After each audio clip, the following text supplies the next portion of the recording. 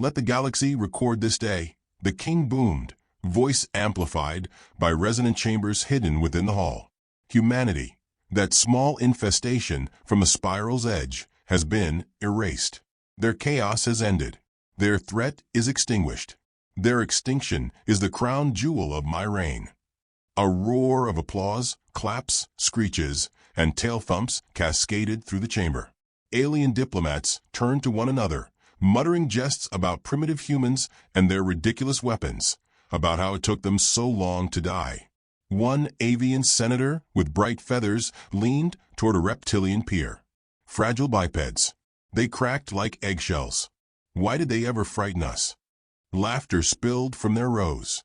A gelatinous envoy burbled. The humans thought themselves predators. Now they are fertilizer for real predators. Not all joined the revelry. In a shadowed corner, the elder of a squid-like species stirred uneasily. His long tendrils curled tight against his chest. Legends whispered in his ocean spoke of the smiling predators, creatures who waged war as if it were an art of patience. He did not laugh. He did not cheer. Instead, he whispered to his translator orb, "Beware silence when predators vanish. Silence is their camouflage." His words were drowned beneath the crowd's applause.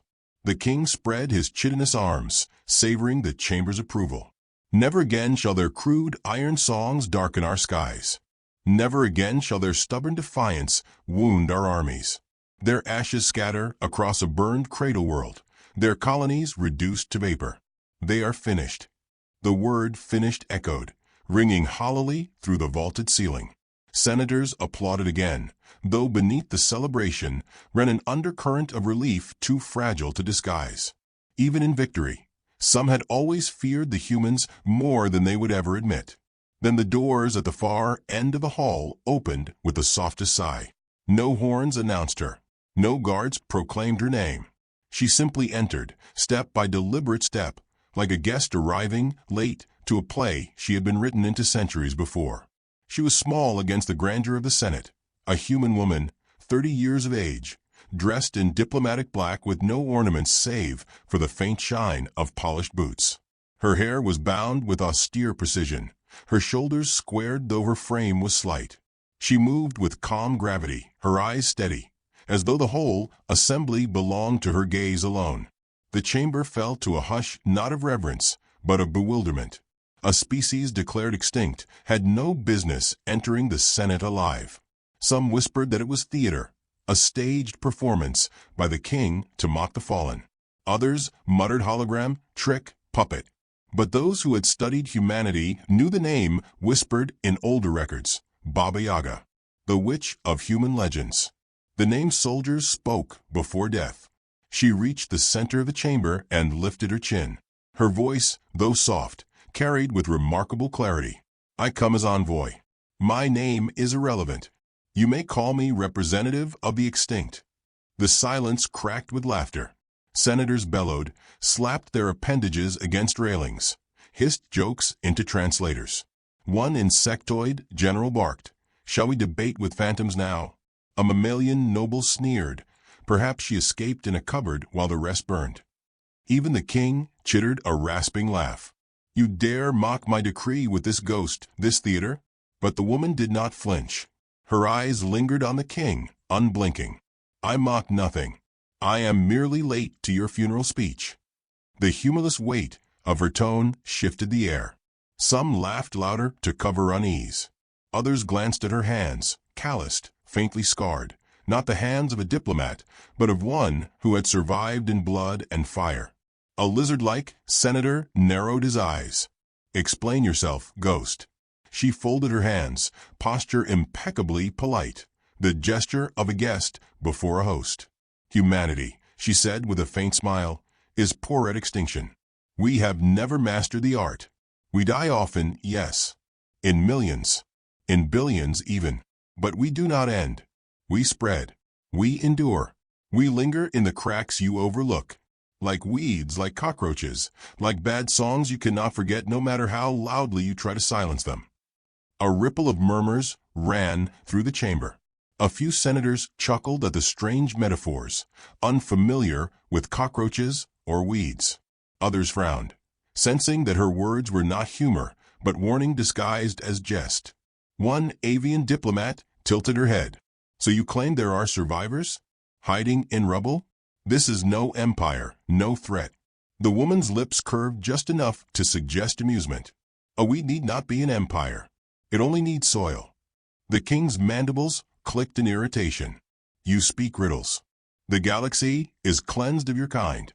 The cradle world is ash. Your colonies are gone. Your fleet scattered into void. I am told your ships fled into black holes themselves to avoid surrender. And yet, she answered gently, here I stand. For the first time, the senators quieted in earnest. Her very presence contradicted their celebration. The king leaned forward, multifaceted, eyes narrowing. Then, you are the last. A remnant. A trophy. I could crush you beneath my claw, and your species would vanish, truly. Her expression did not change. She offered a small, polite bow of the head. You may, but you should ask yourself, does a species that truly perishes send a diplomat into the heart of its enemy's senate? Or does it send something else? The unease thickened.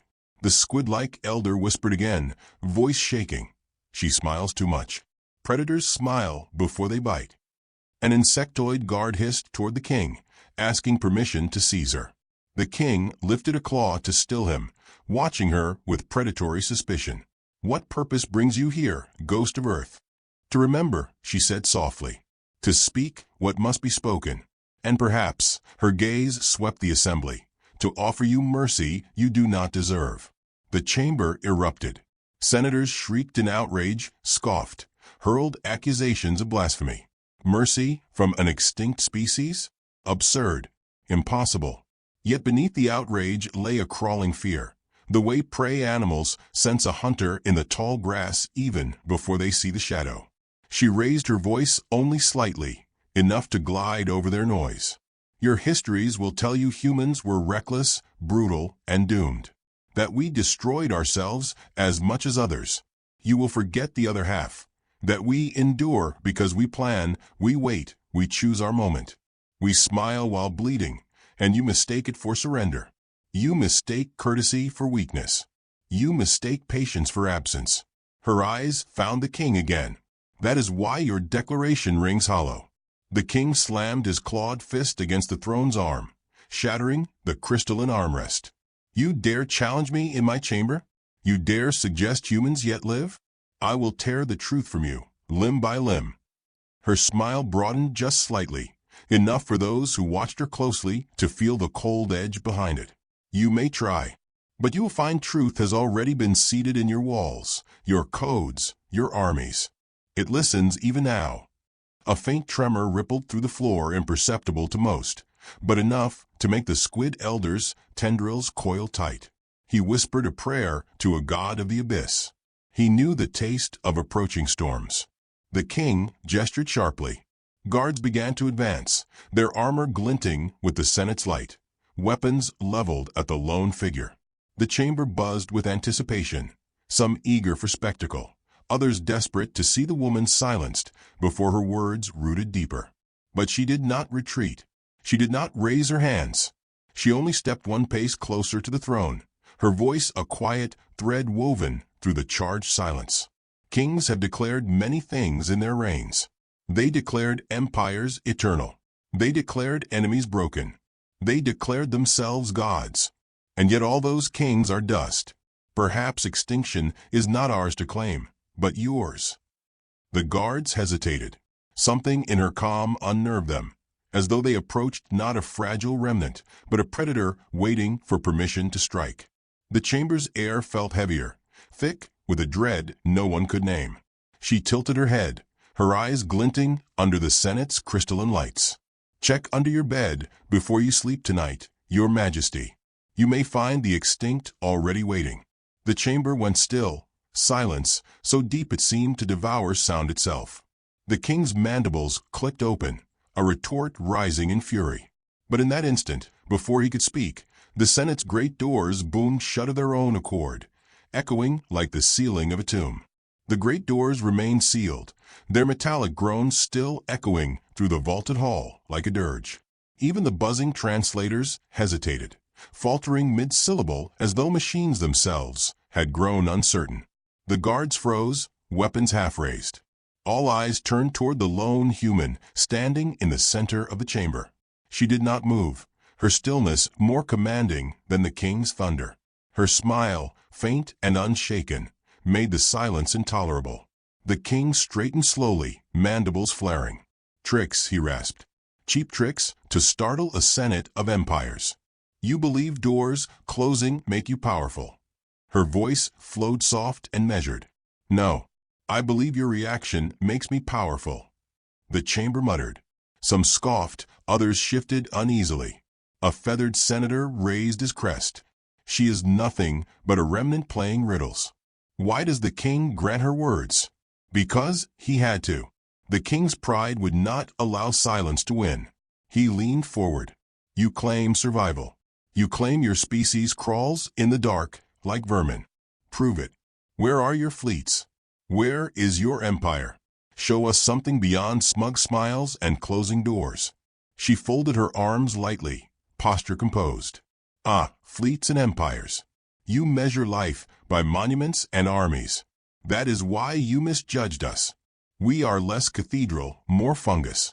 You can burn the forest, salt the earth, and still we rise in the cracks of your tiles." A ripple of amusement rolled through one side of the chamber. A reptilian warlord with jagged horns smirked, baring rows of teeth. "Fungus, weeds, cockroaches. Your metaphors are as pitiful as your species. Do you mean to frighten us with gardening?" Her gaze flicked toward him, expression cool. "Gardening frightens only those who never check what grows behind their walls." The chamber chuckled, though unease clung beneath the laughter. She spoke without raising her voice, yet every word found its mark like a knife drawn cleanly across silk. A gelatinous envoy burbled mockingly. "We studied your people. You wasted centuries slaughtering yourselves with sticks, then chemicals, then machines that shook your skies. Hardly the work of tacticians. Extinction was a mercy for such clumsy brutes." She inclined her head, polite as ever. "Slaughter, yes. Messy, graceless. And yet, each time we slaughtered ourselves, we improved. You mistook rehearsal for collapse. We were practicing war the way your children practice instruments." Her tone dipped to almost a whisper. "We perfected the song." The laughter faltered. The squid elder, long silent, murmured a single phrase into his translator. They sang in silence. His words went mostly unnoticed, buried beneath a tide of uneasy chatter. The king slammed his clawed hand against the dais, sparks scattering. "Enough of riddles. You are a last ember. One spark in a void. A flame dies when crushed. Admit your loneliness before my court." Her eyes glittered with an amusement too precise to be accidental. "Loneliness is relative. One wolf seems alone until you notice the forest watching." The chamber rippled with a murmur that refused to settle. Senators glanced at the walls, as though shadows might conceal teeth. The reptilian warlord hissed in irritation, scales bristling. "This is nonsense. She has no proof. She bluffs." She turned her gaze to him, smile faint and cutting. "Bluffing requires fear of discovery. I tell truths wrapped politely, so you do not choke swallowing them." The avian senator flared her feathers again. "And what truths do you bring? That humanity hides like parasites in forgotten corners? That is not survival. That is begging for scraps." The human inclined her head as though conceding the point, though her voice remained serene. "Begging, yes. Scraps, yes. But consider, a parasite survives every empire. When the host dies, it moves on." A hush crept through the chamber like fog. The word parasite carried an echo that unsettled even the proudest. Some shifted in their seats. A mammalian noble whispered, "She is not here to beg. She is here to feed." The king rose from his throne, his carapace flaring with menace. "You stand here, tiny ghost, and insult my court with riddles and vermin talk. Do you think yourself feared?" She did not flinch. Instead, she allowed her voice to soften further, forcing the hall to strain toward her. "I think fear is what you feel when you cannot explain the silence under your bed. It is not my task to convince you. It is your task to survive the realization.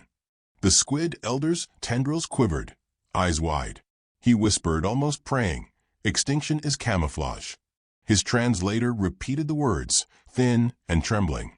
The guards moved again at the king's signal, advancing step by step, armor gleaming. Yet the senators could not look away from the woman in black. She clasped her hands behind her back, as if lecturing a classroom rather than facing execution. "You declared us extinct," she said, pacing slowly, voice even. "That is bold. Empires crave closure. It makes them sleep easier. But I wonder, did you check every asteroid, every derelict ship, every algorithm seated in your NAV systems? Or did you declare victory because it was easier than checking your closets?" The chamber's lights flickered, just once, brief as a blink. A murmur surged through the crowd.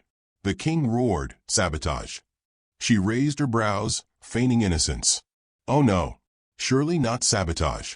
Surely the greatest empire in the galaxy cannot be compromised by an extinct people." The laughter that followed was nervous, sharp-edged. Senators exchanged glances. Someone hissed, "She toys with us." Another whispered, "Or warns." The reptilian warlord growled, rising to his full height. "Enough. If this ghost speaks true, show proof. Show us humans living. Otherwise she is a fraud, and we waste our time." She stopped pacing, looking up at him with a gaze calm as still water. Then she slipped her gloves off, one finger at a time, as though unhurried by death. She lifted her hands, palms open to the Senate. Calluses lined her fingers. Old scars etched faint silver across the skin. Not the hands of a diplomat. The hands of one who had gripped weapons, who had built and broken with equal force. "These," she said, "are my proof. Hands that worked in ashen hunger. Hands that buried and built. A dead species leaves no hands like these." The chamber quieted, silence thicker than any applause. The king's mandibles ground together. One survivor proves nothing. Her smile curved, polite yet chilling. "Oh, Majesty, I am not here to prove survival. I am here to remind you extinction is never declared by kings. It is declared by time, and time has not declared us finished." The squid elder pressed his tendrils against his chest, trembling. "She speaks the old truth," he whispered. "The smile before the strike." A mammalian senator barked in frustration, trying to dispel the dread coiling through the chamber. "This is madness. Your species is dust. The king crushed you. You are one remnant with sharpened words." The woman inclined her head, expression still serene. "And yet my words wound more than your fleets. Strange, isn't it, that a remnant should unsettle so many proud empires?" Her calm pressed heavier than any scream. Even the guard slowed, steps faltering.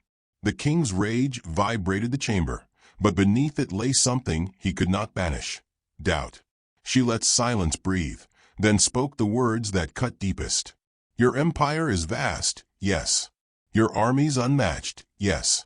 And yet in your heart you fear us. You mock us because you remember. You laugh at weeds because you dread the day they choke your palace.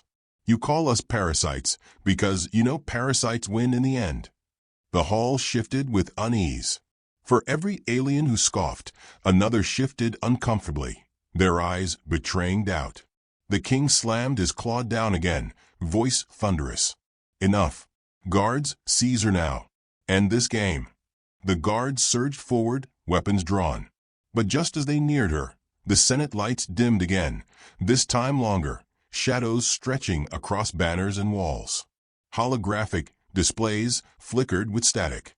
A handful of consoles sparked, screens rippling with fragments of code no one had authorized. The woman did not move. She smiled faintly, her eyes glinting with that predator calm. "You asked for proof. Proof tends to arrive when you least wish it." The guards froze, uncertain whether to advance or retreat. The senators whispered frantically, voices rising like a storm. She lifted her chin, voice low and unwavering. "Extinction? Perhaps.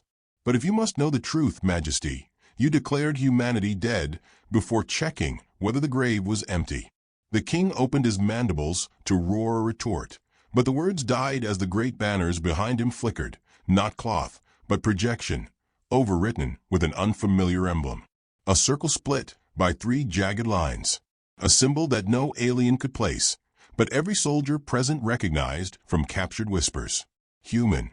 The human emblem glowed across the Senate walls, stark against the banners of alien empires.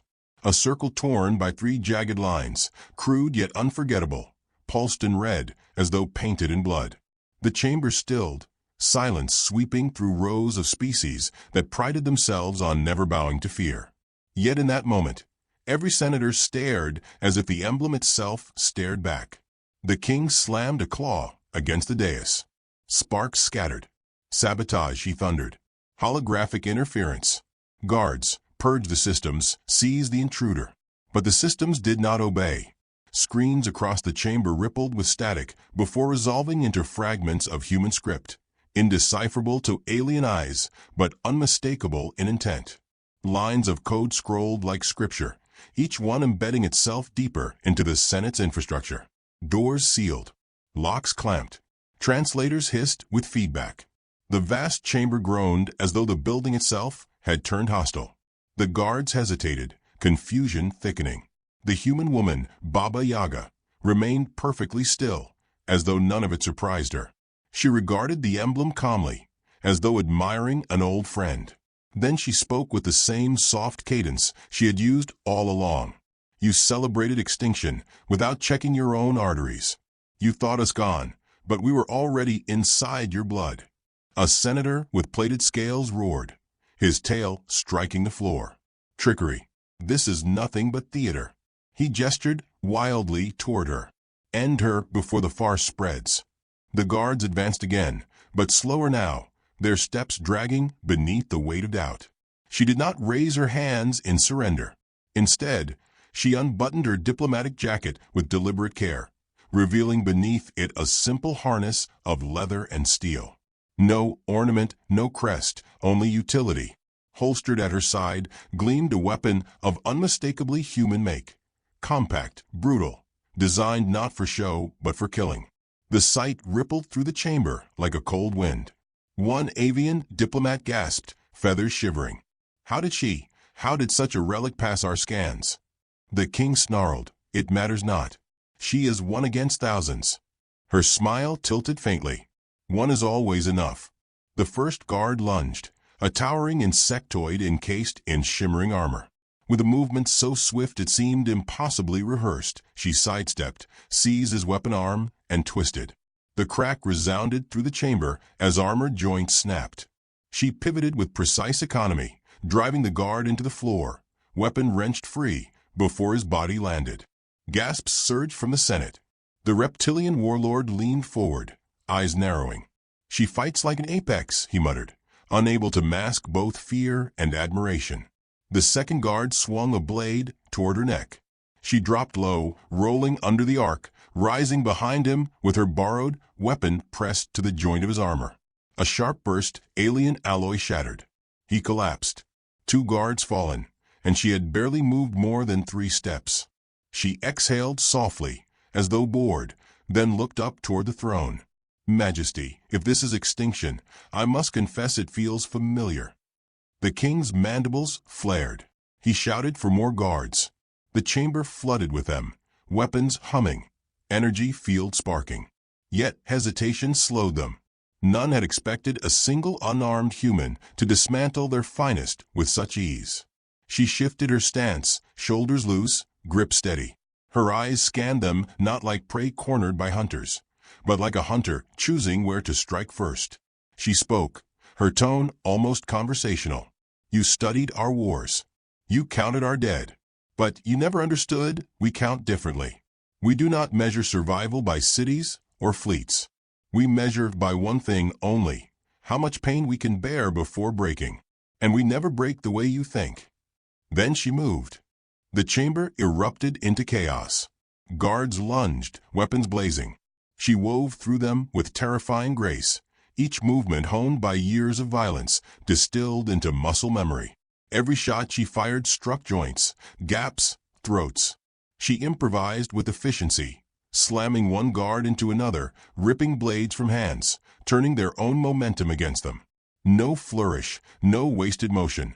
Only the inevitability of a predator that had killed too many times to waste time on spectacle. The senators screamed, shields flaring around their balconies. Some shouted for evacuation, others for countermeasures. Systems refused. The human code woven into their infrastructure had already locked every exit. Screens blazed with that emblem, pulsing like a heartbeat. Through the chaos, she never raised her voice, never lost composure. She spoke between strikes, her words slicing deeper than her weapon. You think us extinct because you burned our cradle. Yet ashes are soil. You think us scattered because our fleets fled. Yet scattering is how seeds take root. Another guard lunged. She caught his wrist, twisted, and broke him down with a single precise blow. She stepped over his body without pause. You thought extinction simple. You forgot we are not a species. We are a pattern. Patterns do not die, they replicate. The squid elder whispered to himself, tendrils quaking. They sang in silence, and now the silence is song. By the time half the guards lay groaning or still upon the floor, the rest faltered. Fear flickered in their compound eyes and scaled jaws. For the first time, the invincible Senate guards stepped back. She stopped then, not to rest, but to look once more at the king. Calm as though the chaos around her were no more than a rehearsal. She lowered the weapon slightly, her voice even. Do you see now? I am not the blade. I am only the hand holding it. Humanity is the blade. You believed it shattered. But blades are forged stronger after fire. The king bellowed, trying to crush doubt with sound. You are one human. We will drown you in numbers until you vanish into dust. She smiled, polite as ever. You still don't understand. I am not here to survive. I am here to deliver the message that survival is already complete. The chamber's lights pulsed. Across every screen, alien languages scrolled, each translating the same phrase, "We are not extinct." The senators shouted over one another. Panic spread like contagion. The reptilian warlord's scales rattled as he hissed to his peers, "This is no bluff. Their code is everywhere. Their hand is already in our systems." The king turned, desperate to reassert control. Find the breach. Cut it out. But his command fell flat. Systems answered not with obedience, but with a cold, unfamiliar voice, synthetic, human-built, echoing through the Senate speakers. Extinction status, denied. Probability of survival, certain. Activation, authorized. The sound chilled even the most arrogant species. It was not the woman speaking now. It was something seated long before, waiting in silence, hidden in the empire's veins. She tilted her head, eyes glinting. Your empire prided itself on control. Yet control is a cage, and cages are easiest to enter from the inside. We walked in while you were busy declaring victory. A senator with feathered plumage squawked, panic breaking her voice. She means fleets, hidden fleets. The woman chuckled softly, the sound devoid of mirth. Fleets are loud. We prefer whispers. Whispers are harder to kill. The surviving guards regrouped, trembling yet desperate. They charged again. She met them, her movements swifter now, less restrained. A blur of precision, a flash of steel drawn from her harness. A blade cut arcs in the light, every strike decisive. Alien blood stained the Senate floor in colors unfamiliar, green, violet, silver. But her hands did not tremble. The senators recoiled, horror twisting their faces. The squid elder covered his eyes with his tendrils, whispering, "The witch walks again." When at last she stood alone among bodies, breath steady, she wiped the blade against her sleeve with ritual calm. Then she faced the throne once more. "Majesty," she said, her voice unbroken, "you mistake me for an assassin come to kill a king. I am no such thing. I am a herald. My purpose is not to kill you, but to remind you death is already walking through your halls." The king snarled, carapace rattling. "Lies. Theater. But his eyes flicked to the sealed doors, the failing systems, the emblem still pulsing across the walls. Her smile held steady. Do you feel it? That shift in your chest? That is not anger. That is recognition. You are beginning to understand. The senators murmured in terror. Some whispered, "What if she is not the last?" Others hissed, "If she stands here, how many more stand elsewhere?" She lifted her chin. "Majesty, you declared us extinct. Yet even as you spoke those words, your empire carried us in its veins, in its codes, in the fear you never admitted. Extinction is not ours. It is yours. And tonight, you will taste the first note of the requiem we have written." The king rose fully from his throne, towering, trying to summon authority from size alone. His mandibles clattered as he bellowed, "What do you mean, human?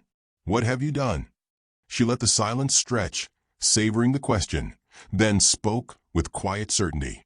"I have done nothing. Humanity has already done it. I am only the one polite enough to tell you before the dark arrives." The Senate chamber shuddered. Somewhere deep beneath the city, something detonated. The lights flickered out, plunging the chamber into a darkness lit only by the red pulse of the human emblem. Darkness swallowed the Senate chamber. The only light came from the pulsing red emblem, glowing across the walls like the heartbeat of something alive and merciless. Senators whimpered in their balconies, their voices thin in the black. Guards pressed tighter to their weapons, though they no longer knew what to aim at. The air grew heavy, vibrating with the echo of distant detonations that throbbed through the floor like thunder beneath the skin of the world. The king's voice cut through the dark, harsh and trembling with fury. "What have you unleashed, human? What nightmare do you claim to carry into my halls?" The woman's calm voice threaded through the shadows. "Nightmares do not arrive. They wake." The chamber lights sputtered once, twice, then flared weakly to reveal the ruin she had left behind. Guards scattered in broken heaps, senators cowering in their balconies, the king towering at his throne, carapace gleaming like a black fortress. Yet even his height seemed diminished, his grandeur stripped by the pulse of the emblem. His empire no longer owned the silence. The silence belonged to her. She stepped forward, boots echoing in the vast hall. "You celebrated our death, but it was your funeral you arranged. You declared humanity gone, and in doing so, you gave us perfect camouflage. A dead species cannot be hunted, cannot be feared, cannot be resisted. We became a story, and stories spread deeper than armies." The king bared his mandibles, voice shaking the chamber. "You are one woman, one remnant. Do not speak as though you command an empire." Her smile was polite, chilling. "Empires are loud. I command silence. Silence carries farther." From beyond the chamber walls came a new sound. Sirens shrieking, alien alarms wailing across the city above. Senators turned their heads, whispering frantic questions. A feathered envoy shouted, "The fleets are fleets. They are reporting interference." The human woman's gaze did not leave the king. "When you hunted us, when you burned our colonies, did you never wonder why we ran so easily? Why we scattered instead of fought to the last?" The king hissed. "Cowardice. Strategy," she answered softly. "You were meant to believe us broken. And while you hunted ashes, we walked into your networks, your supply lines, your very NAV systems. We taught our silence to sing in your machines. And now, when I stand here, you understand the song." Another tremor shook the chamber. The squid elder lifted his tendrils toward the sky and moaned, "The requiem begins." The king roared, striding down from his throne, his vast claws tearing grooves into the crystalline floor. "Enough riddles, witch. If you are here to kill me, strike and be done." She did not move faster. She did not raise her blade yet. She simply tilted her head as though studying a child's tantrum. "Killing you is unnecessary. You will fall with your empire." But perhaps she drew the blade in one smooth motion, its edge glinting red in the glow of the emblem. Perhaps kings must learn mortality face to face. With a shriek that rattled the chamber, the king lunged. His claws swung with the weight of centuries of dominion. She slipped aside, her movement sharp as lightning, and the claw struck the dais where she had stood, shattering it into shards. She slashed once, quick as a whisper, and sparks flew from the crack across his armored chest. He staggered back, shock flickering across his multifaceted eyes. Impossible. She exhaled, calm, blade steady. Everything is impossible until it is not. The duel tore through the chamber, his vast claws slamming down like falling towers, her body weaving through gaps with ruthless precision. Each strike from her was measured, efficient, cutting into joints, prying weakness from what had seemed indestructible. The senators screamed and scrambled in their balconies as shards rained down. Guards tried to intervene, only to be cut down in the crossfire of claw and blade. The king bellowed, "You cannot win. You are prey. You are dust." Her voice rose only once, sharp enough to pierce the chaos. "We are predators who learned to wear dust as armor."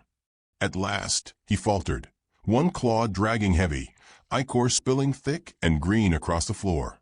She stood before him, her breathing measured, her blade steady, as though every strike had been nothing more than rehearsal. He glared down at her, mandibles quivering.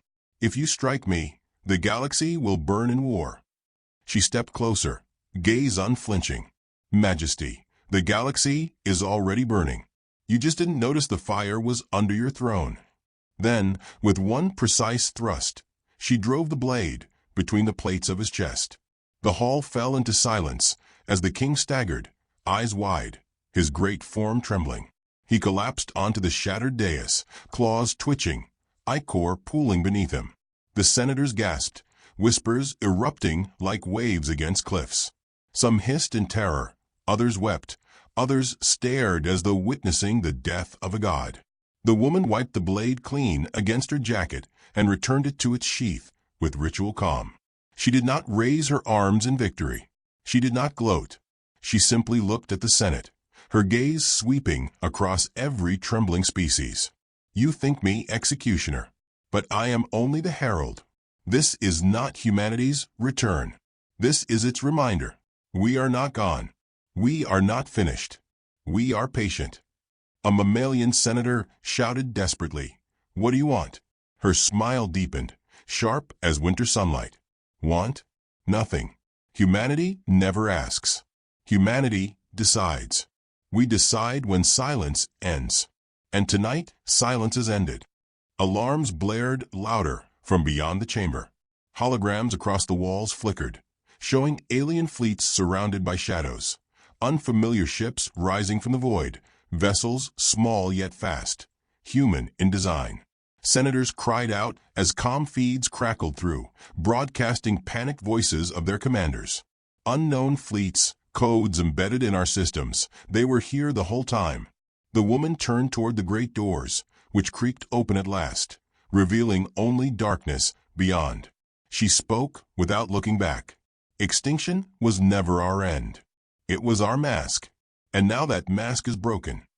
She paused at the threshold, her silhouette framed against the crimson glow. Her final words lingered, quiet but heavy as judgment. "You will remember this night not as the end of humanity, but as the beginning of your reckoning." And with that, she stepped into the dark as the Senate behind her dissolved into chaos, the emblem pulsing brighter, beating like the heart of a predator that had never truly died.